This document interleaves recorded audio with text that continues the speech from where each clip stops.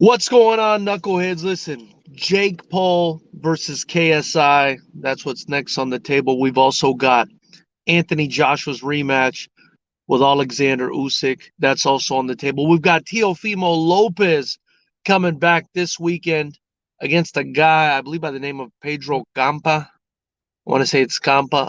A guy who, is definitely being brought in my opinion, to lose, and so on and so forth. Of course, we've got Fighters Rep 15 going down on September 3rd. I mean, just so much to talk about today. So I appreciate you guys joining me, whether it's live, whether it's on the replay. I greatly appreciate it. This is the Fighters Rep podcast. We do this every Monday. We go live. We also go live after the big fights, and we're constantly dropping content and videos. So please subscribe if you haven't already. So first things first, right? This Logan Paul KSI fight, this whole Hasim Rahman debacle. I mean, I tried explaining it in that last video we did. You know, I don't, just hearing the other takes on the issue, right? It helps me to understand that people don't know what the hell they're talking about, right? First and foremost, like I said, I mean, I've never seen, and I'm a promoter, right? I've never seen any athletic commission ask so much from a guy. I've never seen an athletic commission weigh somebody every week up until the day of the fight. Excuse me. I've never seen that. So this whole thing just, absolutely stinks to me. At the same time, I can't put all the blame on on Logan Paul, or on Jake Paul rather. You got to put the blame on Hasim Rahman Jr. for taking this fight. Listen, guys, at the end of the day, we're men. All we have as men is our word, right? If you're not putting the blame, at least the majority of it, on Hasim Rahman Jr., then you're in the wrong, right? Because when you put together an agreement, when you put together a fight, a weight is talked about, there's a meeting of the minds, and you say yes or no.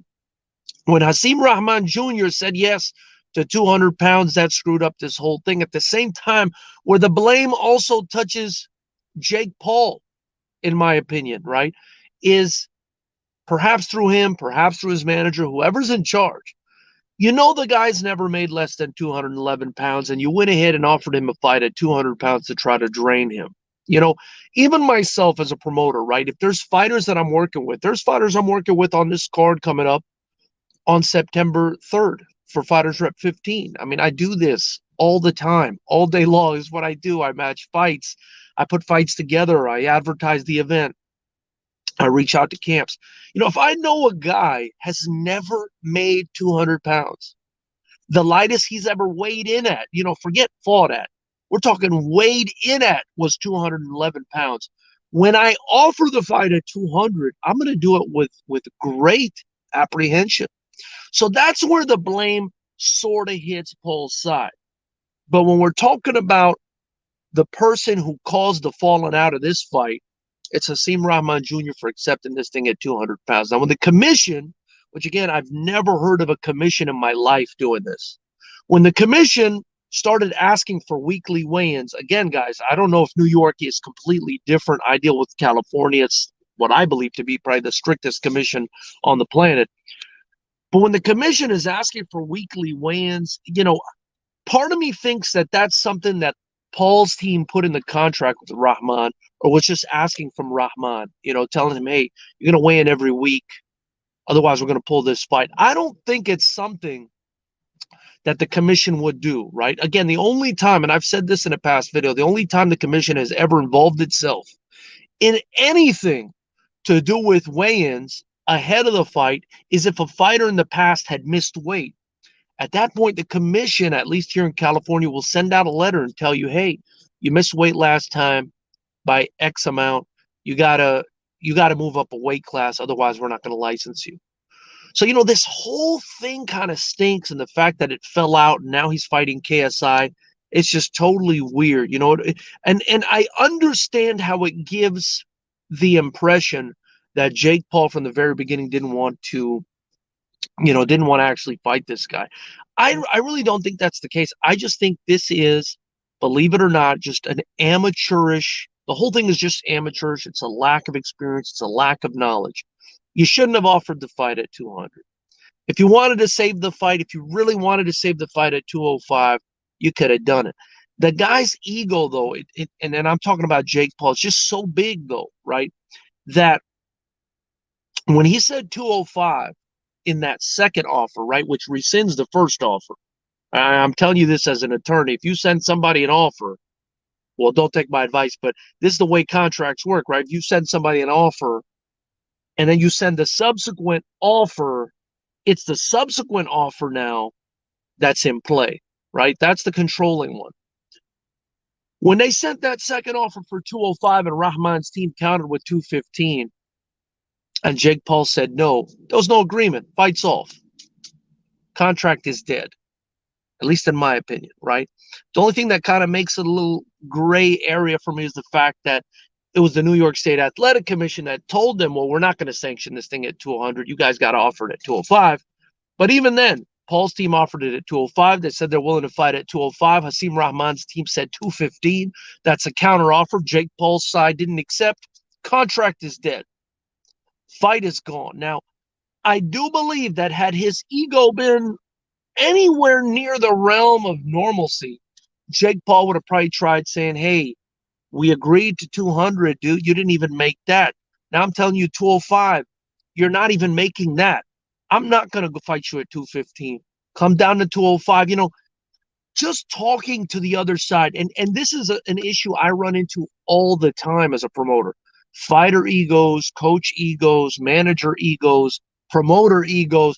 You know, I have my own ego as well. This is a thing that I run into all the time in the fight game, right?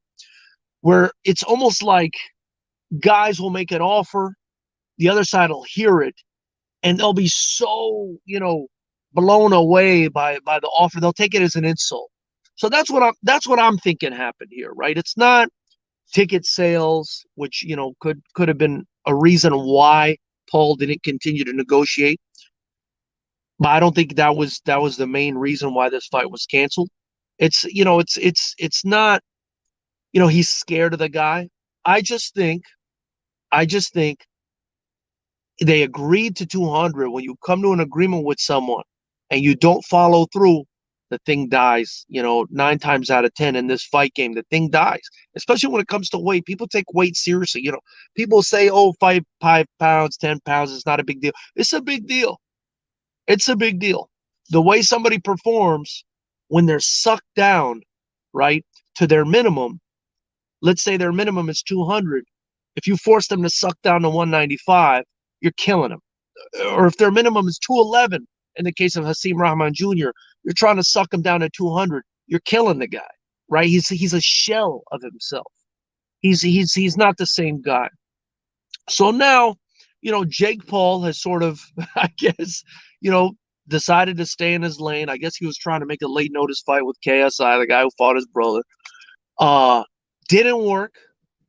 Didn't work.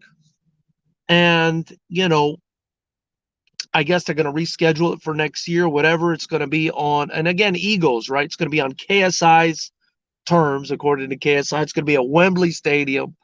And this fight's probably going to sell a lot more than the Rahman fight was, right? Because when Jake Paul put out that video of his back hurting because he's carrying the promotion of the fight and Rahman's not doing anything, you know, as funny as that is, I'm sure there was a hint of truth in that.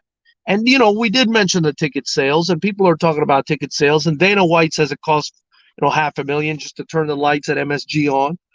And there may be something to that as well, you know, and I do think that probably influenced, you know, in hindsight, Jake Paul not continuing the negotiation with Rahman's side. When he saw the guys not making weight, first and foremost, strike one, you didn't make weight. Strike two, you countered me with 215 when I said 205 and the commission said 205. Strike three, we're not selling enough. That could be enough. That could be enough.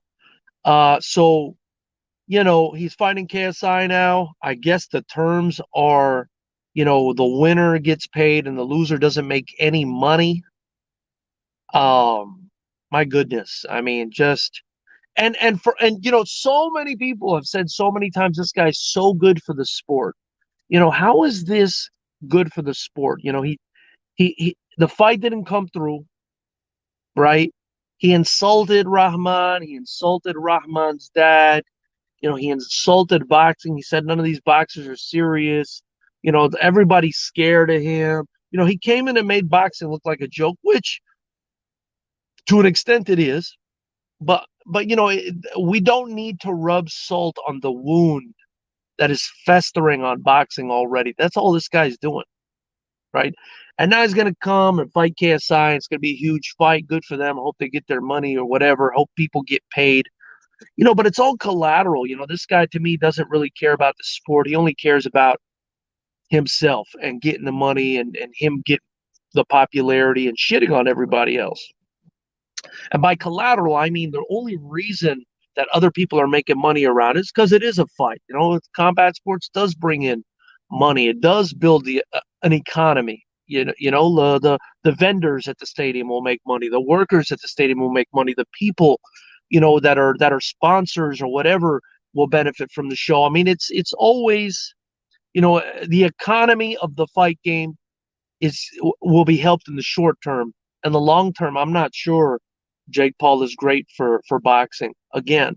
And then, he's already insulting KSI, calling him the biggest duck in history. I mean, it's a constant insult after insult after insult, not just to his opponents, but, kind of makes the sport just look cheap. And that's what he's doing. So shout out to Stagger Lee Goods. I'll get to your stuff, brother. I appreciate you being in here. Let me read what you're saying here before we go on to the next topic, which I want to discuss Usyk versus Joshua. I also want to discuss Teofimo's fight coming up. But Stagger Lee says, I don't think JP has any intentions of fighting Rahman. He's now fighting another YouTuber. I bet he was 15 pounds a week before the fight. JP won't fight a real boxer. You could be right. I don't think JP had any intentions of fighting Rahman. Okay, that's just a repeat. Mo Hooker came in 3 pounds over. Fight still happened. But you see, guys, it's not the same thing, right? It's not the same thing, and I appreciate what you're saying. He came in 3 pounds over, 3.5 pounds over, and the fight still happened. It's a completely different circumstance, right? That's a real boxing match. If you miss weight, let's say in California, the rule on the bout agreement says you got to give the fighter, the opponent, 20% of the purse, and it's split between the commission and the opponent, 10%, 10%. That's the way real boxing works, right? There isn't a commission. Again, I've never heard of a commission involving itself with the weight ahead of time, unless, like I told you guys before, in the past, the fighter has missed weight and he's been told that we're not going to license your fight unless you make a certain weight. And even then, the commission, I've never had a commission ask me for weekly weigh-ins ahead of time. They're just, nobody has time for that. The commissions don't have time for that, right? So I don't even know, I don't even know how this is happening. Again, I want to say that's probably something potentially, again, I don't know New York. But that's probably something that was put in the contract between Paul and Rahman, or something that Paul is just trying to enforce on Rahman. And even then, they could have negotiated. It looks like Rahman made like 206 or something. He's ready to fight. But, the way he went about it, too, was very amateurish. They responded with 215. Dude, the fight was supposed to happen at 200. You're responding to the guy who's willing to give up 5 more pounds with 215? No, dude, listen, guys, as a promoter, I'm going to be honest with you guys. If I make a fight between two guys, right, and I know one of them is not going to make weight, so this one says, I'll give you 5 pounds. Let's do it 5 pounds higher. And then this one comes back and says 10 pounds higher. I'm looking at the guy who said 10 pounds higher like he's crazy, right? Because that's crazy. You want to be 15 pounds north of what you guys agreed on? Why did you agree on this weight then? That's what I'm thinking. I'm saying it's your fault. Why did you agree on this weight? It's ridiculous. By the way, before I continue, though, thank you guys for joining me. I'm at an undisclosed location right now. I'm actually near the coast. I like to come out here. I got my street tacos. This is a great part about being in Southern California. I picked up some tacos, sit by the coast, listen to the water. I had to get out of the house for a little bit. Sometimes I just need to get out. And I'm glad you guys are joining me. If you haven't already subscribed to the channel, again, apologies for not being in the studio, but sometimes I need to get my ass out the house. So subscribe to the channel, like. Also, be sure to join me at FightersRep 15 on September 3rd. It's a Saturday at the beautiful Commerce Casino. Fly out if you're out of state or if you're far away. Come through. We're going to have a blast. We've already got 20 plus fights scheduled, and I'm talking some of the best fights you guys are ever going to see in your life, the most exciting rule set you're ever going to see. So join the channel if you can't make it. That's the only way to watch it live. But if you can, get your tickets at FightersRep.com. Don't forget to subscribe to this channel. Also, buy your Fighters Rep merch below. Alexander Usyk versus Anthony Joshua. Anthony Joshua versus Alexander Usyk. This is the next topic I want to touch on. Before I do that, Gus Fring is saying, I don't like Paul, but Rahman didn't make weight. However, it is odd for weigh-in to take place a week ahead of time. Seems sus. I think Sean Porter predicted this outcome to the T. Well, you know, he predicted it was something that could happen. I also, in the comment section of one of our videos, said if this fight happens, because I thought that this fight could potentially not happen. It's extremely sus. It's extremely sus that a athletic commission would ask for this stuff ahead of time. I've never seen, again, guys, I've never seen this, even with fighters over 40, right, guys? Even with fighters over 40 where they have to do advanced medicals, what's called advanced medicals, right? And I'll say this, California has probably, I would put it against any other state, the most rigorous medical requirements in the whole United States. In fact, I've lost so many fight opportunities in California because it costs so much to get California medicals done that people from out of state typically can't do it. And even the fighters in state will actually lose money just fighting here because California makes them do so many ridiculous medical exams just to compete versus other states. But even here, and even with advanced medicals for fighters over 40, I've never, ever, ever, ever, ever been asked by either the pro commission or the IKF, which is the amateur commission here in California, but it acts as a pro commission and an amateur commission throughout the planet, throughout planet Earth. Never been asked for somebody to submit their weight ahead of time. Never happened. And that's why I continue to say that I think this is something, that that maybe they put in the contract between each other. I don't know, maybe they got the State Athletic Commission of New York too involved, which they shouldn't have done. You never want to be over-regulated, right? Because it's just going to screw things up. I think that's what happened here. Let me see here. Staggerly Good says, WBE should be a new thing, World Boxing Entertainment, brought to you by Jake Paul, won by Jake Paul. It's by Jake Paul. MVP, right? Isn't that what it's called? The most valuable promotions? That's what it's called. Give me a second here, guys. Let me see what's going on. Okay. So yeah, let's head over to a real fight. Let's head over to a real fight. I'm really excited about. That's coming up not too far from now. Alexander Usyk versus Anthony Joshua, man, for pretty much all the marbles in the heavyweight division. This is a fight I'm really excited about. You know, I do think this is a fight Anthony Joshua could win. I am slightly, I'm kind of going back and forth on this one. I am slightly leaning towards Alexander Usyk just because you guys know how I am. I'm always going to go with technique. I'm always going to pick technique over brute strength. But this is truly a 50-50 fight if Anthony Joshua fights the right fight. If Anthony Joshua would have fought Alexander Usyk the way Derek Chisora fought Alexander Usyk, I think he would have won that first fight. But he didn't. He tried outboxing the most technically sound boxer in the heavyweight division, perhaps, aside from Tyson Fury.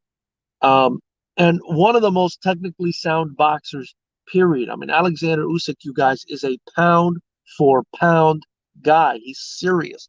You know, he's in the top 3, top 5 pound for pound on anybody who's anybody's list. This guy's an absolute beast, right? So, you know, you can't go in there and try to box a guy like that. You know, you could use some boxing, but you got to use what's best for you. You got to use your best attributes. And I think with the size difference, with the power difference, you know, between the two, Anthony Joshua didn't do that in the first fight. He can do that in the second fight. We've seen him adapt. We've seen him adapt from the seek and destroy guy to the boxing guy between the first and second Ruiz fights. Now he's got to do the inverse. Now he's got to adapt in the inverse. He's got to go from the boxing guy back to the seek and destroy guy, which is his DNA, right? That's his natural way of fighting. The problem is, has the chin been cracked, right? Is he going to be sturdy enough to uphold and stand firm in front of Alexander Usyk if he gets caught? We saw him rocked in the last fight by Usyk, but it was at the end of the fight. The end of an exhausting, both mentally and physically, exhausting fight. So I do think Robert Garcia is a great addition. I understand what Joshua's doing here. Robert Garcia is able to add little things to these guys that are, you know, berserkers, right, typically, and make a difference, right? And one thing that sticks out in my mind when I say that is what Robert Garcia did for Marcos El Chino Maidana, right? Marcos Maidana, you know, was, you know, he was pitted to, everybody thought he was going to lose to Adrian Broner. But Robert Garcia, you know, added a few tricks here and there. The faint jab to the body, go high, you know, he added an actual jab to Maidana's arsenal. He did these things that allowed Maidana to get some more work in. I think Robert Garcia is going to be able to do the same thing to Anthony Joshua. It's going to be up to Anthony Joshua, though, to find once again his DNA, his mentality as a fighter, which is seek and destroy. And it's going to be hard, right? He's going to be apprehensive to do that because he got knocked out. He got knocked out by Andy Ruiz the last time he fought that way. And he hasn't fought that way again. Even when he fought Pulev, there were spurts where he was fighting aggressively, but he was still a boxer. This guy needs to go in there, right, and be smart, but try to bang Usyk out of there. That's what he needs to do. He needs to use his size. He needs to use his power. He needs to lean on him. He needs to make it ugly. He needs to beat the shit out of him. He can't let him sit there, you know, and just box his ears off. That's what Usyk's going to do all day. Usyk, on the other hand, better have his cardio tight because, you know, he knows that that's going to be the only way, the defense tight and the cardio tight. He knows that's going to be the only way to prevent, you know, this barrage that's coming, this avalanche of punches that should be coming. Again, I don't know if Anthony Joshua is going to be able to make the adaptation back to being seek and destroy, right, guys? So fight I'm very much looking forward to. I think it's 50-50 right down the middle. If Joshua can come and fight the way he used to fight, he will beat Usyk. If he comes and he's even a little bit apprehensive, he's going to get beat on points. He could even get knocked out. Either guy could get knocked out here. Joshua could get knocked out if he plays this boxing game or if he half-asses the seek and destroy game and at the end of the fight he's tired, he gets caught with something clean. He'll get knocked out. He'll get knocked out. Same with Usyk. Usyk is going to have to be on his P's and Q's, you guys. If Joshua gets in there and starts blasting him out of there, he can get him out of there as well. So, a big fight in the heavyweight division, a lot on the line. You know, we've also got what's going on in Usyk's part of the world. I don't want to bring that up and get demonetized or whatever. You know, YouTube's kind of hypersensitive when it comes to that kind of stuff. I don't want to talk about politics, but you know, a lot on the line for both guys. I mean, and this is potentially the end of the line for Joshua, sort of, right? If he loses this fight. This could be the end of the line for him. Now, I say could be because the fans across the pond are not the fans we got here. They're so much better.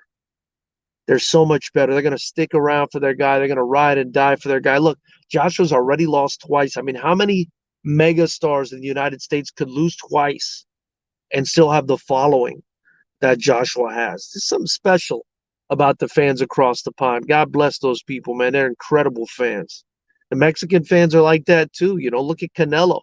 He lost a couple times, but I bet you come September, another fight that's coming against, Triple G, that third fight, I bet you he's going to sell the hell out that place.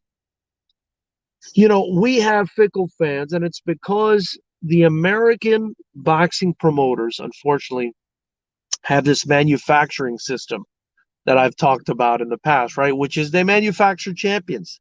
A lot of these guys, they don't deserve to be champions. A lot of these guys are undefeated. They didn't earn it. They just beat a bunch of bus drivers. They beat a bunch of guys that are nobodies, and then they, put them in there with stiffer and stiffer competition after they have, 10, 15 fights. And, they build them all the way up. They build this fantasy undefeated fighter.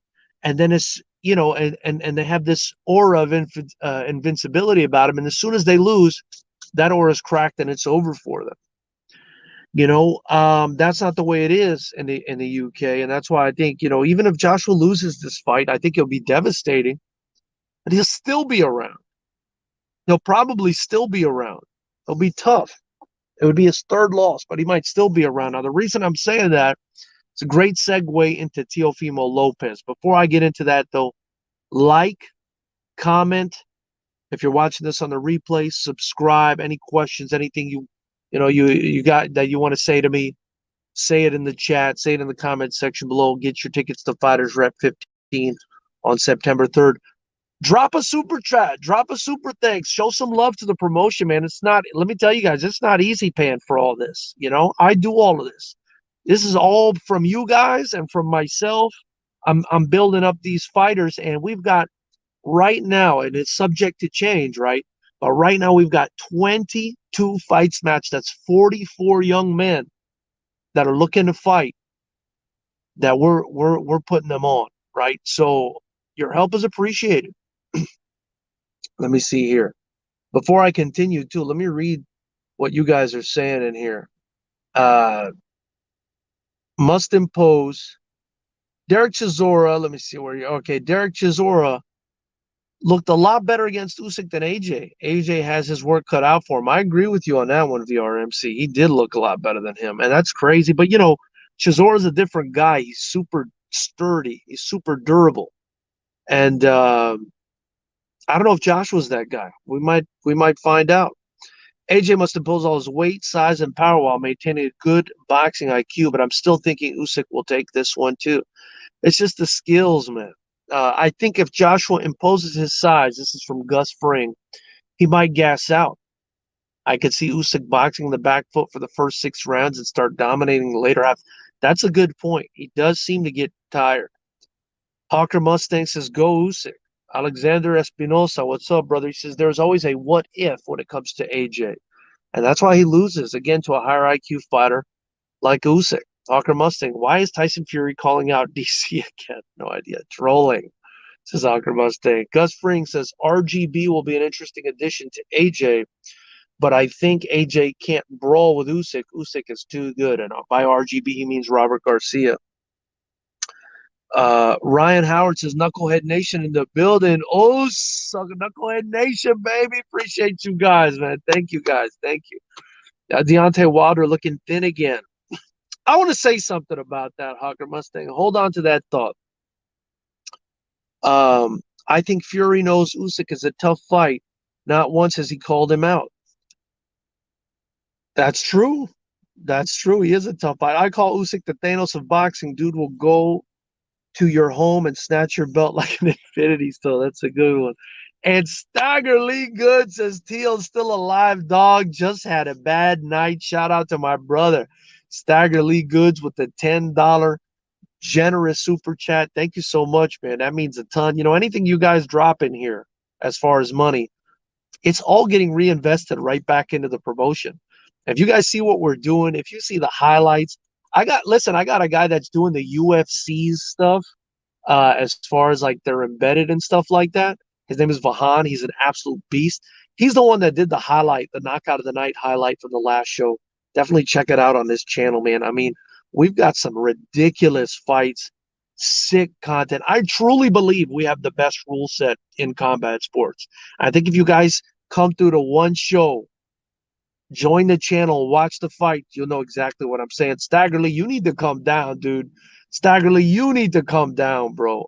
They are regretting the Wilder versus AJ is one of the big what ifs. Listen, I wanted to talk about Wilder being thin, right? This is something I think a lot of people don't understand.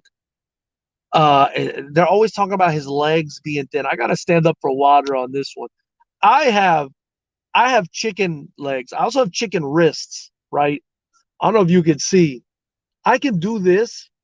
I can do this with my ankles. Like my ankles are super thin. I have chicken legs. I've always had them my whole life. That being said, right? That being said, so does John Jones, right? So does Deontay Wilder. Having skinny legs, in my opinion, right? Especially if you're an athlete, I don't think it takes away from your power, as we've seen with John Jones, Deontay Wilder. And I'll say this about myself, right? I'm no longer in sports, obviously, as an athlete, but I could dunk a basketball with these skinny ass chicken legs from when I was like 15 years old, and I was barely 6 feet tall at the time. Um, and I was always one of the fastest people. You know, I ran the 100 meter, I ran the 200 meter. And what I noticed about most of the other guys that were super fast or jumped really high was they also had these bullshit chicken legs too, right? I'll tell you an interesting story. You know, there was an Algerian guy, and you know, for those of you on the channel, you know, I'm of Arab descent. And there was an Algerian guy, which is a country, if you guys don't know, it's in North Africa, also a big Arab population or Berber population.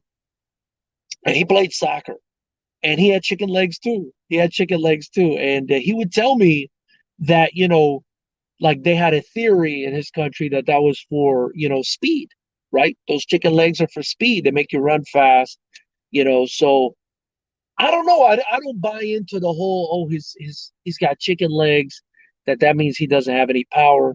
You know, to the contrary, I think if you don't have these huge, massive bones that you got to drag around in your legs, that you know you got a lot of ups. You can run real fast. You know, I would imagine Usain Bolt is not known for how big his calves are. You know, he's probably got chicken legs too. You know, it's just, you know, I think it helps, in fact, for like fast twitch people, especially if they got fast twitch in their legs. So that's all I wanted to say about that. You know, that's my opinion. I could be completely wrong, but everybody I saw growing up playing basketball that had big legs, they couldn't get off the ground. And the guys that had chicken legs, my goodness, I'll never forget. Shout out to my boy, Swaby is what they called him, Swaby. He was on the basketball team with me junior year, and the guy, I want to say the guy was like between 5'7" and 5'9", and could literally, you know, his legs were even skinnier than mine, and could literally like 360. He was 5'7" to 5'9", was doing 360s slam dunks, like crazy, crazy. So anyway, now that I went off on that tangent, let's get into Teofimo Lopez, right? Because man, he's fighting a guy. I think the guy's name is Pedro Campa, and that's going on this weekend. That's going on this weekend. And I do think, you know, a lot of things we talk about this channel or on this channel do have relevancy when it comes to Teofimo's fight coming up this weekend.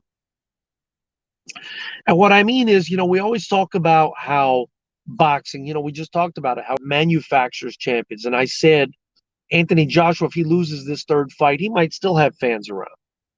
But Teofimo Lopez, if he loses this fight against this guy, especially, right? Because this guy's being brought to the slaughter. This is your typical, you know, American boxing promotion, manufacturing, whatever it is, right? A champion. This guy that they're bringing in to fight is a guy who's never fought beyond the domestic level in Mexico. This guy's never fought. And I'm sure he's tough. He's got a good record, right? It looks good on paper. And that's how they get you to buy into the fact that this is going to be a competitive fight. This guy who's never fought, again, outside of the domestic scene in Mexico, they're bringing him in to fight Teofimo Lopez. Now, if Teofimo Lopez loses this fight, it is a wrap, you guys. Guys, it is a wrap. Let me tell you something. It's over. This is not the UK, and this is not Mexico, and this is not Anthony Joshua, this is not Canelo Alvarez. If he loses this fight, it's a wrap for him. That being said,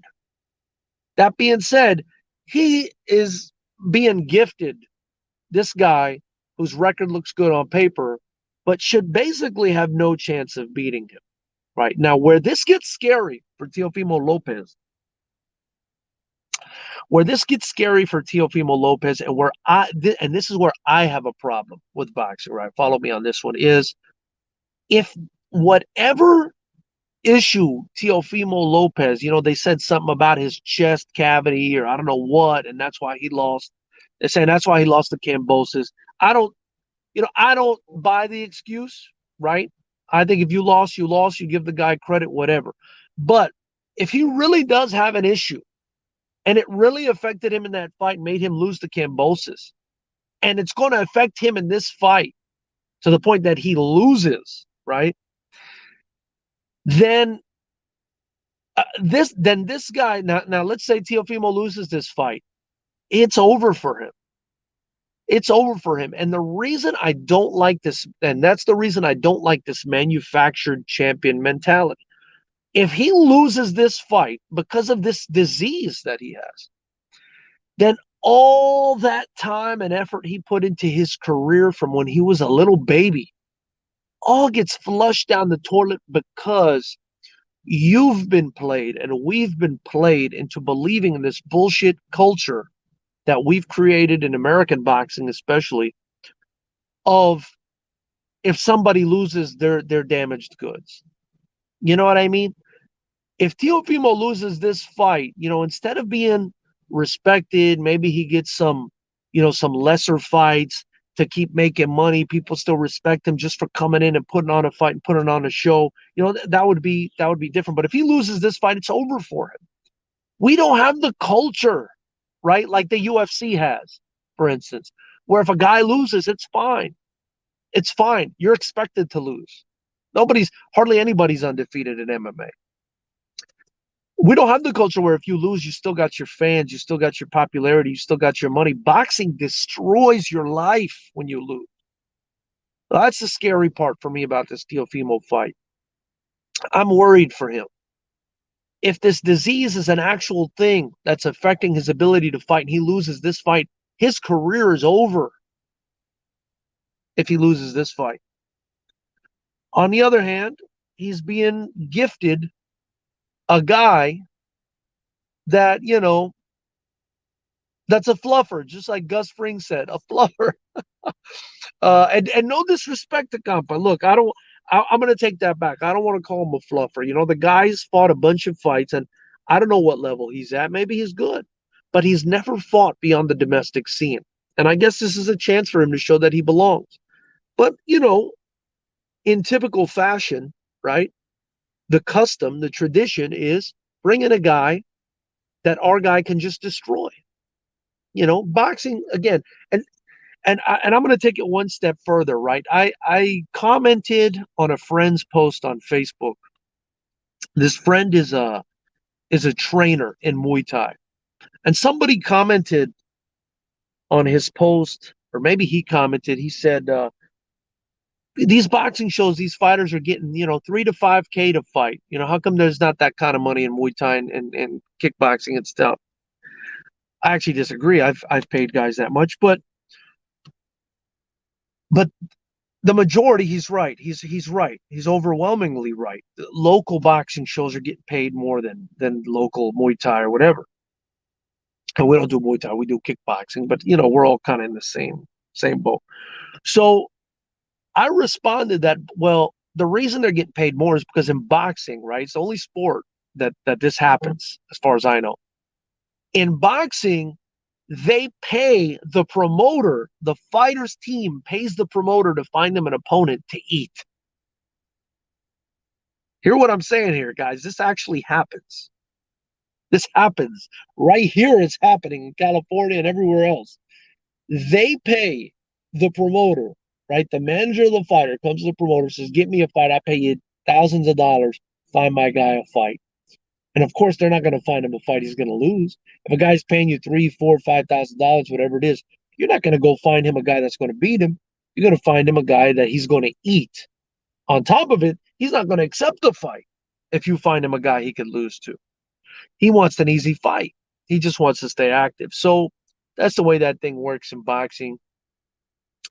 This is how the culture damages itself. It's a disgusting cycle of, let's build this guy to seem invincible while destroying everybody in his path. So all these dreams get shattered, right? Because they all have losses now to this guy that they're building and manufacturing to become invincible. And as soon as he loses, he's screwed. And then they bring out the next guy that's invincible. And then he loses and he's screwed. So it's just a horrific cycle. Instead of putting fights together like we do here at FightersRep, right? I put fights together I think are going to be great fights. And I want you guys to support the fighters regardless. Let's hear what Alexander Espinosa says. Agree with you, brother. A lot of power and torque comes from your core and subsequent waist movements. Gus Ring says, in the porn industry, Lopez's opponent is known as a fluffer. Tio better hope that he doesn't blow his wad with the fluffer because he won't make it to Showtime. It's a sad, ugly reality of our boxing. It is what it is, man. And look, as long as we continue to call it out, man, at least maybe we can make some changes. And it's something that I guarantee you'll never see at FightersRep, right? You'll never see at FightersRep. Another thing I wanted to say about FightersRep, right? This is not just like a fly-by-night, goofy-ass promotion that I put together that is, featuring bus drivers and shit. No, dude. No, I am bringing in fighters from the most reputable camps in the world. Like right now in Southern Cal, like there's places like California, Florida, New York, where you have the best fight camps in the world. And we're here in Southern California right now. And I'm pulling this talent from the same gyms, that Anderson Silva trains out of. In fact, his son is fighting for us again come September 3rd. I'm pulling kids from Chad George's gym, the who fought for Bellator and the first ever combat jiu-jitsu world champion. I'm pulling fighters, from the best gyms in the world that are sending their guys to the UFC, Black House and guys that are sending their fighters to Bellator. And, these are the best strikers on the planet. And I'm putting them in there. We still have a culture, thank God, for the most part. We still have a culture in striking where the best will fight the best because they know, especially at the amateur level, right? We do pro-ams for the most part. Sometimes we do all AMI. But, for the most part, they know, especially at the amateur level, that if you get a good fight, you're going to get a good experience. You're going to get better, win or lose. There's nothing wrong with losing, especially if you come through and you put up a good fight and you get good experience and you entertain the fans. That's what it's all about. Boxing has lost that, man. Boxing has forgotten that, and something somebody said about Jake Paul, right, is that I think it was Showbiz the Adult that said it. I think I may have tuned into Showbiz the Adult. He said it. He said that Jake Paul shows how badly you can pervert boxing. That's what's great about him. And, man, I could not agree more. I mean, the guy is he's everything wrong with boxing distilled. This guy's a fucking Disney character, right? This guy's a Disney character. Culture vulture coming in and just giving boxing the old golden shower, you guys. I mean, I'm sorry. And there's still people out there that are saying this guy's good for the sport. My goodness. Listen, the fact that he helped Amanda Serrano, because he wanted to make some money, right? And created some buzz for women's boxing. That's collateral, bro. He did. That's not his purpose. That's not what he's here for. That's just something that happened because he's here, right? So don't get it twisted, man. I don't think this guy's good for boxing. Well, we'll disagree. I think this guy's good for himself. In the short term, even if he is good for the economy of boxing, he is embarrassing the shit out of boxing. That's pretty much all I wanted to say, guys. Please subscribe to the channel, like, comment, share. Appreciate you guys joining me out here by the coast. I kind of want to show you, but there's a fence and some bushes and stuff in the way. So, but it is pretty beautiful out here right now. Sometimes we got to get out here and get our delicious Mexican food in and just sit by the coast and smell the ocean. But subscribe to the channel. Join the channel, man. Help me build this thing up. Help me build this thing up. And if any of you have a business you want to write off, you want to sponsor, that's what it is. It's advertising, right? We'll advertise your business. I'm going to take that money, I'm going to invest it into the promotion and blow these fighters up and hopefully get them a great deal and get them paid and do something for them. That's what we're doing here. So any interest in sponsoring, reach out. Join the channel is a great way to help. Dropping a super chat or a super thanks, great way to help. Buying some merchandise, link below, great way to help. Guys, I really appreciate you guys joining me, man. I need to get back, but we're going to be doing this every Monday, either during the day, maybe one or two, or in the evening time, every Monday. See you guys then. Shout out Knucklehead Nation.